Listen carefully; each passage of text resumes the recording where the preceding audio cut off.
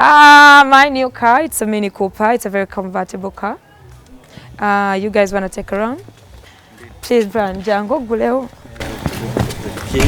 But to give it to the good about it. Ha! It has a good sound. It has a good sound. I'm crazy. I'm crazy and obsessed with the sound in this car.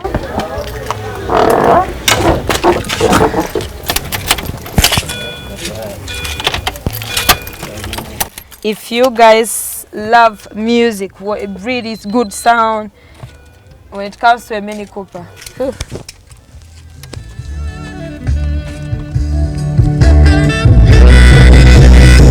You kill me with the fire, yeah. Every time in a cat won't get it, yo, baby. That show. Okay, what do these tattoos mean on your body? A lot. I have every moment, every tattoo on my body has a meaning. This is a rose.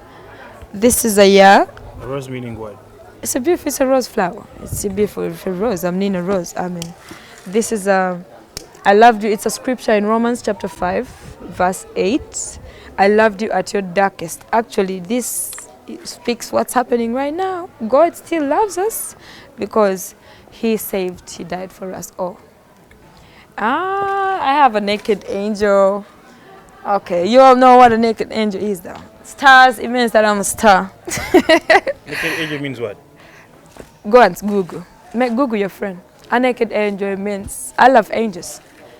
I grew up loving angels. I used to read books about angels and I have a special connection when it comes to angels. What star is it together? I'm a star. Okay.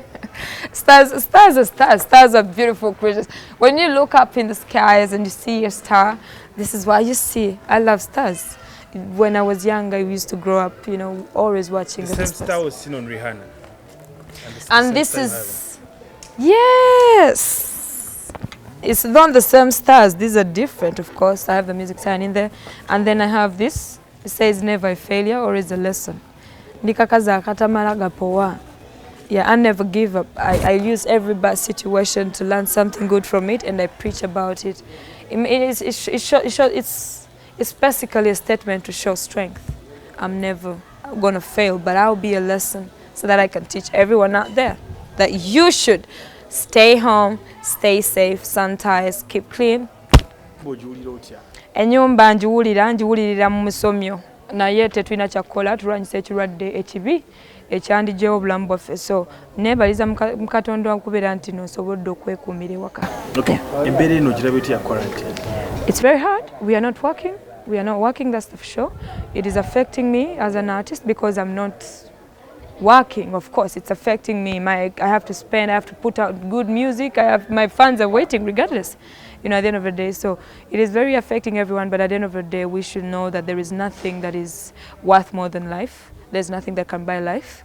So we should really, really be humble, stay home and stay safe so that we can fight COVID-19 fast and we can see what happens later. Okay. As an artist, Rose Mbele ya quarantine. Omunavira ba artist abamutebako so kuba nti omwana adatu bange nahiteja music never down. Egenda bato batetulina kyakola naffe tukosezza nze obwoba olaba oluyimba ku TV siyina nyingiza. So fenna sigwe wekakoseddwa. Fenna tukoseddwa naye what we are ensira kwe tuliteeka tulwanyisa bulamu. Sagala kuzaamu mwana bisuubi mugambe atandika okubeera nga akola ekintu ekigenda okumenya etteeka kubanga no one is above the law. We are all under the law and we should respect the fact that life is precious. We shouldn't even joke around with it. Abayimbi abamu bavandi ba complaining. Nebagamba abayimbi abayimba ku COVID-19 kibakola kikyamu. Abantu kibeetaaga yemmere. Nze ndowooza nange abakisusizza bakola ekikyamu kuba eno si njiri nti gye tubuulira nti nnungi nnyo. Okitegeera Bobi Wine yakuba oluyimbi lwakabi twaluwulira. Nze ndowooza abayimbi gye tukola kati kwegatta ne tubagamba nti katuwadde kinga abawagizi baffe abatuwagidde ebbanga lino lyonna. Tuwulira abayimbi abakoze concert bwe bali nga bantu babawadde ssente zaabwe nnyingi nnyo kati bwe bayimbira luyimba tutulekeye munammwe enjiri nze nkozesa social media platform yamu okubawabula ngeri gye beeyinza okwekuumamu kubanga nze omuyiwagizi bwange bw'aba safe kyekisinga obukulu ne bwe simuwa ssente. It should be politicians abalina okuwa. That is very wrong because nze ng'omuyimbi nyina eddoboozi nga nina Rose Katonda yampa eddoboozi kyova olaba nyina abawagizi banzikirizaamu so that I can speak for those who can't speak for themselves. So nze bwe mba sina ssente, yes, but I have a voice. I have a voice that I can tell 1 or 2 fans of me that you wash your hands, sanitize and keep home and stay safe. Okay. Speak about your new car. My new car, it's a Mini Cooper. It's a very convertible car. You guys want to take around? Please, Brian, Django, Guleo. But the good about it. Ha! It has a good sound. It has a good sound. I'm crazy. I'm crazy and obsessed with the sound in this car.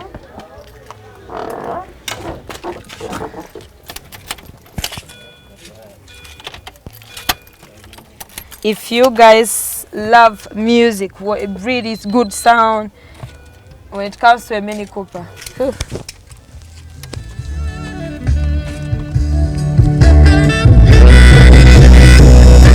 Okay. And very comfortable. New management here. Career yo. Bingi nnyo kubanga buli omu ajja ne spirit ate ne vibe ey'enjawulo. Nze nga nze omuyimbi tebalina kunnyongerako. It's financial support and building me as an artist, mentally, physically. Bingi erina kubanga abantu betusanga buli muntu alina kyakuyigiriza mu bulamu. Mbasuubiramu okubayigirako ebintu bingi era bingi bikyuse. They have stopped me from always going out in bars, you know, like I used to. It was a mistake. Yeah, I used to sneak out because I was an independent artist and it was costing me at a point. I realized it late that it's not a good artist. Every artist, you don't have to really go out there and expose yourself. Bantu bagenda kunyongerako kinene nnyo because at the end of the day kyembagalako, for them, they're interested in the artist as well. They care about the artist before the brand. Yeah, so it's a very big, beautiful thing, and I thank God for it because there are few people who know that an artist needs sleep before going to perform. I think a bit because of our crazy schedules, we find ourselves that we don't have enough sleep. For them, they are really, really conscious when it comes to the Nina, the person, more than the brand, and it shows my fans that they're going to get the best of me because nabo tebagala ate muntu asiibusa oba muntu ali strained oba muntu atali organized oba muntu atali atalina team. So at the end of the day, teamwork beats, man. Kutambula right now, it's the most difficult thing, and ensi yonna eri ku bunkenke olw'ekirwadde ekyatulumba naffe kye tutamanya naye nga mbeebaza okuba nga mufuddeyo bambi ne mujja ne munnoonya wendi. Thank you so much. Nekuumira mu compound nga bwe musanze wano wenkoma nga nze Nina Rose because netangira ekirwadde kino ate nga sagala kubeera nga nembeera nnyo mu bantu kubanga kino it's about your life. It's bulamu bwange bwensinga okubeera nga nfaako nnyo. Sikikola nti nno nejja kuba ngondera etteeka ate mbeera nga nange mbeera ekyokulabirwako eri abantu kubanga ne mu neighborhood muno nyinamu ba fans kuba we bandaba ate nga nze akola ekimenya amateeka kiba tekiyinza kubanga kikostinga bulungi ku side yange. So I keep around the house, I keep around the compound. Nga nze omuyimbi banaye nandiyagadde nti ekintu ekyokubeera nga tusobola okuperformingira abawagizi baffe kisigalewo naye ate kyekisinga okugenda kyekizibu ndaba nti nno kiba kigenda kubeera nga kijja kuzibwaya naye nga nandiyagadde right now kye nandikuutidde abantu kusigala mu nnyumba soke tulwanyisa ekintu kino. Obulamu kyekikulu. Obulamu nze naabwe bwe mba tetulina bulamu tewali kiyinza kgenda mu maaso. Ebyandisigaddewo studio zandisigadde nga ziri open nga tusobola okukola ku music, nga tusobola okugenda ku TV ne tukola interviews. Ebyo bye bikulu, I think. Doing music, as long as music is there on TV, for now we can maintain to be in the house and keep people in the house entertained and use our social media platforms.